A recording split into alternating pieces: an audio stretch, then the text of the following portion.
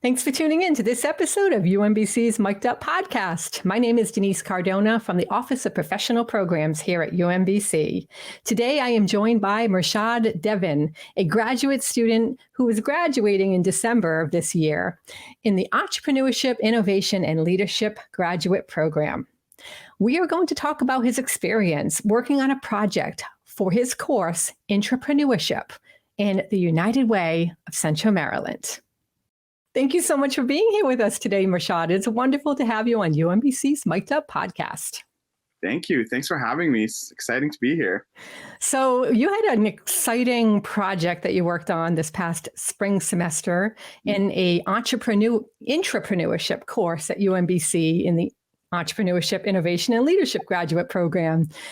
Why did you take that course, Mehrshad? Tell us about that a little bit. Absolutely. So I was actually one of the first courses that I took within the program was with Professor Bokash. This was when I was an undergrad. I was on the accelerated path for the EIL program. And the very first course I took, I believe it was creative problem solving, and it was with Professor Bokash. And that was a second semester. The master's program was sort of partnering with the United Way. So I was immediately sort of drawn into that partnership, and also Professor Bogash's teaching style. It's very practical, using real world examples. And I loved it. I absolutely loved it, right? My initial project was sort of doing with something around homelessness. I don't quite remember what it was, but sort of working to alleviate some issues regarding homelessness, preventing, and also helping individuals when they lose their housing. The second semester, I took another course with Professor Bokash, and that was also a partnership with the United Way. And by then, I think I was sort of like, this is it. I'm going to continue taking Professor Bogash's class because it's fun, it's practical, and it uses real life examples. That second course was on sort of how can we help the United Way build or think through building an accelerator institute for the organization that could highlight some of their processes. And the third semester, which was last semester, I just wanted to follow suit with the previous semesters, and I took another Professor Bokash class, and that class was on entrepreneurship.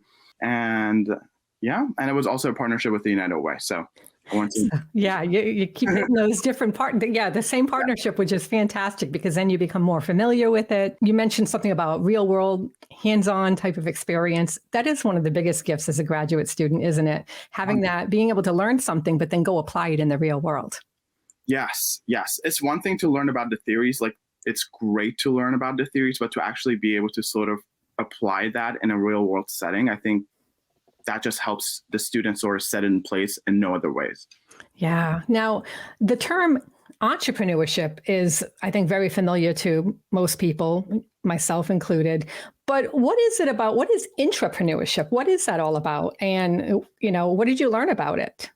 Yeah, so entrepreneurship is essentially very similar to entrepreneurship based on my understanding. I think it's essentially preneuring within an already set organization rather than starting an entirely innovative new one. Sort of how can you be a champion of bringing innovative change to traditional processes and sort of elevating the work that's already being done to address many more problems, or sort of even, at the basics, elevate the work that you're doing. That makes a lot of sense. That's perfect. Thank you for that description, because I do think that a lot of people maybe hear the term, but are not familiar with it. So you explained it nicely. Now, what excited you most about working on an entrepreneurship project with the United Way of Central Maryland? Sure. So I've had, in my previous lives, I had some work or experience working in an entrepreneurial setting, but in an unofficial setting. As an undergrad, I was very involved in the shared governance processes at UMBC. I was a student officer within student government for all 4 years. In the last 2 years of my undergrad career, I was serving as a student body president. So I was, sort of being an innovator within the frameworks of an already existing institution. And I think having to sort of do that at an institution that's not a higher education focused institution, I think that was very exciting to me.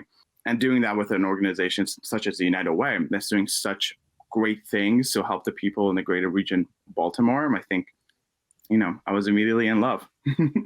Oh, that's great. That's nothing greater than when you have that kismet moment, they call it, where it's just everything falls into place and it feels so natural, so unforced. I always say when something is unforced, you kind of know you're on the right path.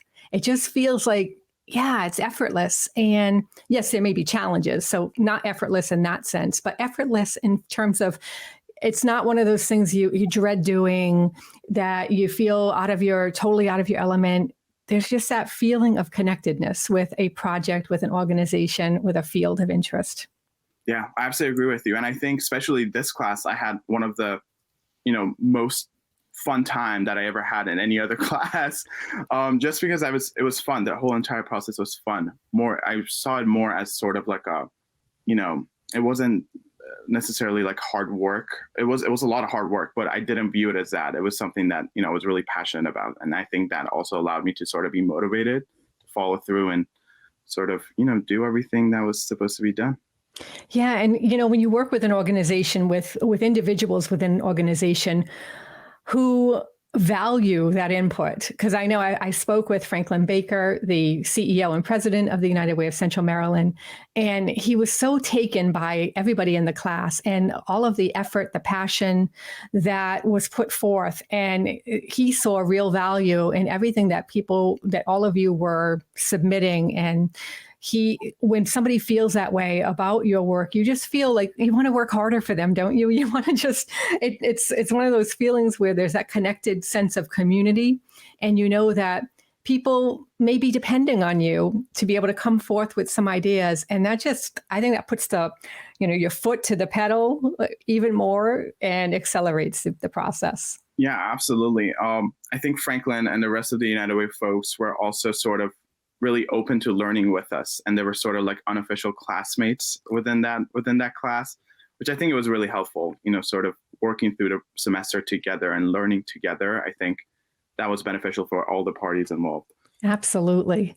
Now, Mehrshad, what considerations or challenges did you run into when thinking through the needs of the United Way of Central Maryland? Absolutely. I think for me individually, sort of as someone from the outside of the organization, peering inside of the organization and not necessarily having all the institutional knowledge, organizational knowledge, I think sort of getting to that place where I could confidently sort of make decisions and assumptions about the organization was difficult.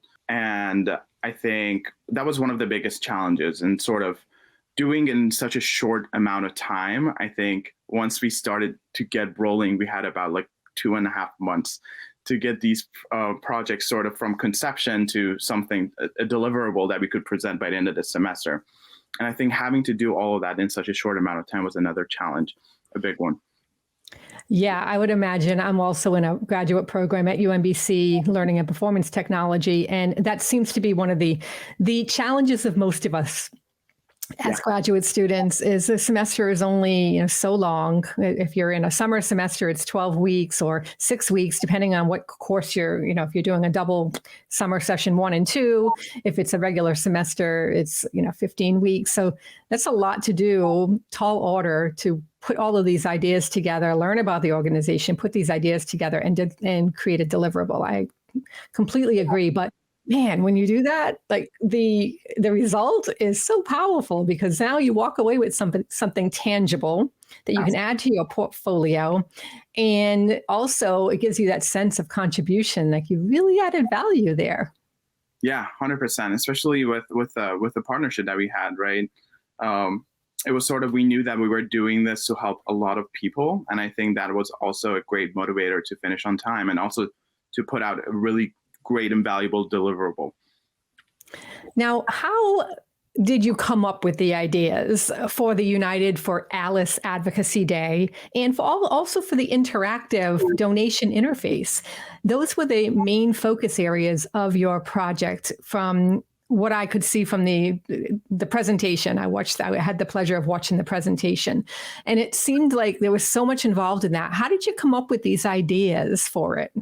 Sure. So the United for ALICE Advocacy Day was actually sort of stemming from my own experience being involved in the University of Maryland Student Council. They have an advocacy day for all University System of Maryland students. I think it's once in a year. It happens in February.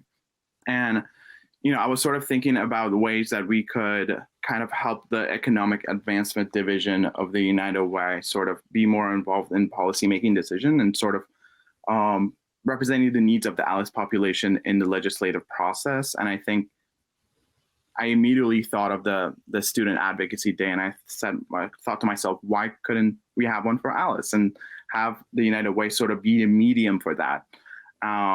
And we thought through it. Of course, it was going to be different for the ALICE population than it was for students. So my group members, my team members, was actually really helpful. Were really helpful in helping me sort of think through those processes and how we can adjust what we have to the United Way and their needs.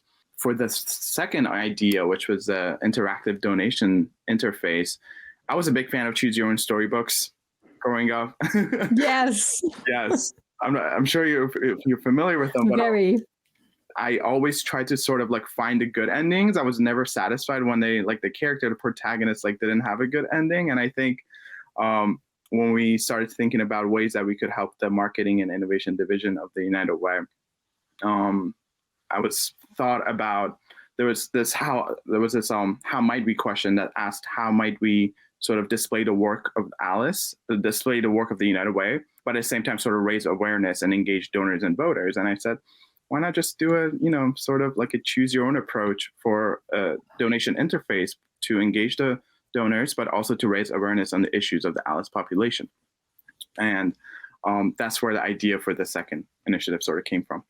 Oh, I loved the simulation idea. Before we get to that, I want to just make sure a lot of people listening or viewing this on YouTube may not be familiar with what ALICE actually stands for. Can you just give us a quick description of what the ALICE program is? Absolutely. So the ALICE population stands for, the term ALICE stands for Asset Limited Income Constraint Employed. And these are individuals that sort of not necessarily qualify for federal or state benefits, or whatever those benefits may be, because they make just enough that they don't qualify for those benefits, but not necessarily enough to be able to finance their daily or weekly or monthly needs, right? And I think they're put in this very uncomfortable situation where they have to sort of prioritize what they need to do within a week. And it's a sad thing, really. Mm-hmm. Absolutely. Yeah, I agree. And I know that we worked on a project. I worked on a video project for this program, the graduate program in entrepreneurship, innovation, and leadership, and the United Way. And we did it on the ALICE program. It was pretty in-depth. So if you're listening or viewing this, check out our YouTube channel. There's some really great stories about the ALICE program.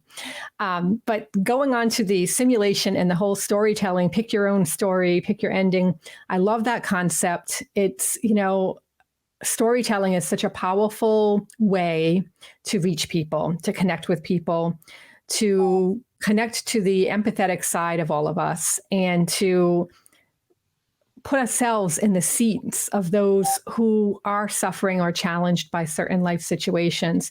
And I think that you did such a great job on that presentation and presenting your ideas on this simulation aspect, the storytelling aspect for this donation interface. It was really remarkable. Thank you. Now, what analysis steps did you take to come up with what the problem was, maybe root cause, and then those potential solutions? Absolutely. I think the class, and especially Professor Bogash, were really helpful to sort of help us illuminate some weak areas of each idea and sort of working through them. I don't quite remember for this specific project what those conversations were, but I think one of the biggest challenges that I had was getting the concept right, sort of getting a good depiction of what these struggles are and how we could sort of display them in a simulation setting. I think one of the first prototypes that I made was not really appropriately sort of, depicting ALICE struggles. And I think once I had conversations with Renee Beck, which was the vice president of the marketing and innovation division of the United Way, and sort of were able to figure out what these scenarios could look like. then I think I was able to put together the final prototype, which is close, but not really close to what we're hoping to achieve right now. But it was more appropriately depicting those needs. Yeah, it was foundational. It was a foundation of what you are putting forth now. Yeah. And I loved the whole storytelling and simulation component. And what exactly was that? We talked a little bit about your idea about, I really love to have like how your story would end. Was there anything else that helped you decide on that idea? Well, attending UMBC honestly really showed me how powerful stories could be. I think this institution really is driven on stories. So I had that in the forefront of my mind, but I also wanted to sort of engage donors in the process, because it's really their financial means that's, facilitating a lot of the work of the United Way. Their gifts, it's crucial for their programs and the individuals that they help.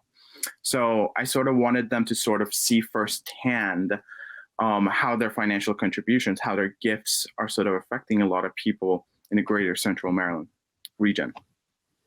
Yeah. And, I know people listening or viewing this might be like, well, what are they talking about? What is this simulation? Well, I don't understand. I can't visualize what that means.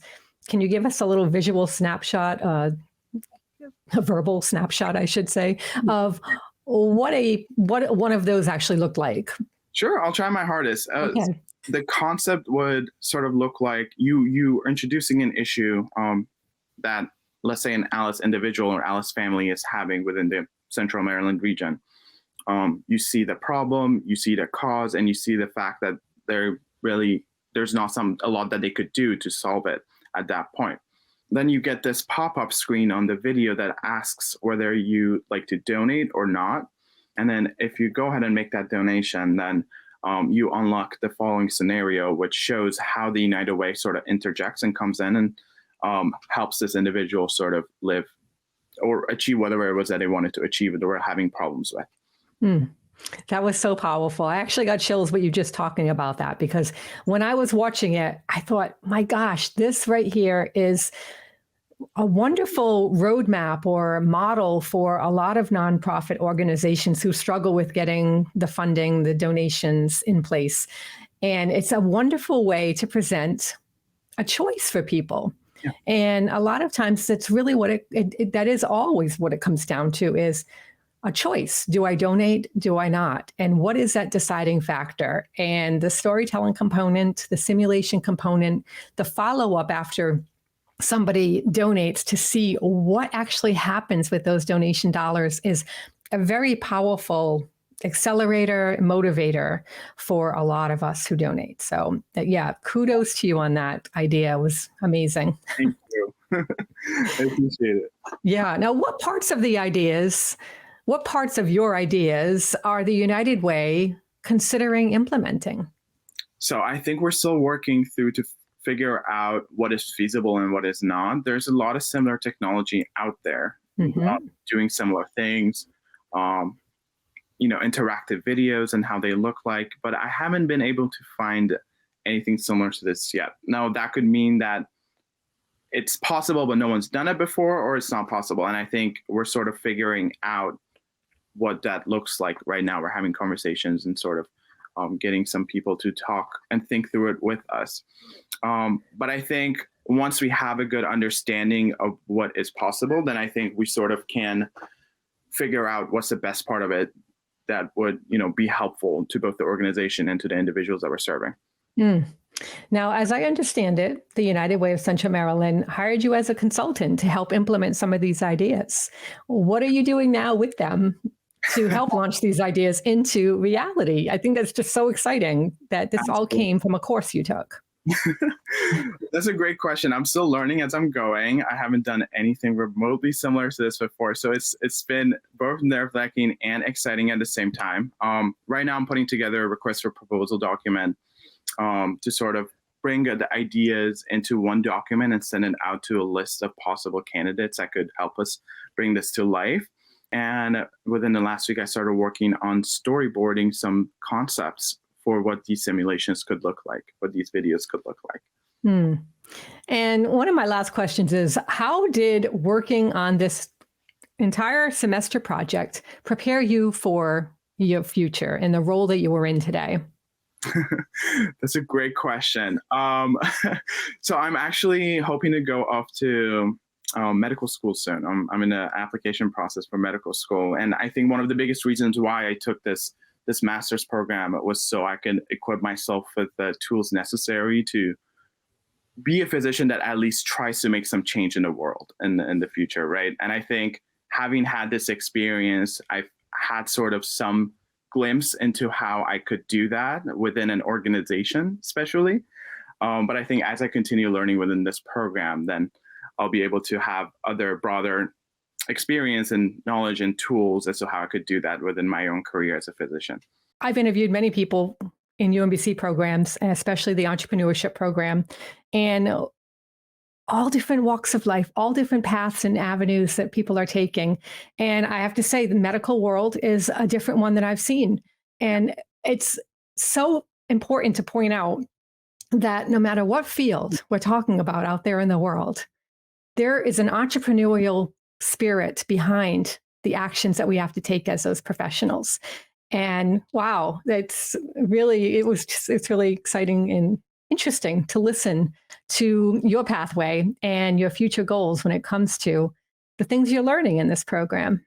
Absolutely. I think it's applicable everywhere. Like you said, you can always innovate new solutions to every traditional process. Everyone could do it. Mehrshad, this has been a really great conversation. I'm so grateful for your time and really grateful to hear your story and that you were willing to share it with us. Thank you so much. Absolutely. Thank you. Thanks for listening to this episode of UMBC's A Mic'd Up podcast. If you'd like to learn more about the United Way of Central Maryland, visit them at uwcm.org. And if you'd like to learn more about UMBC's graduate program in entrepreneurship, innovation, and leadership, visit eil.umbc.edu.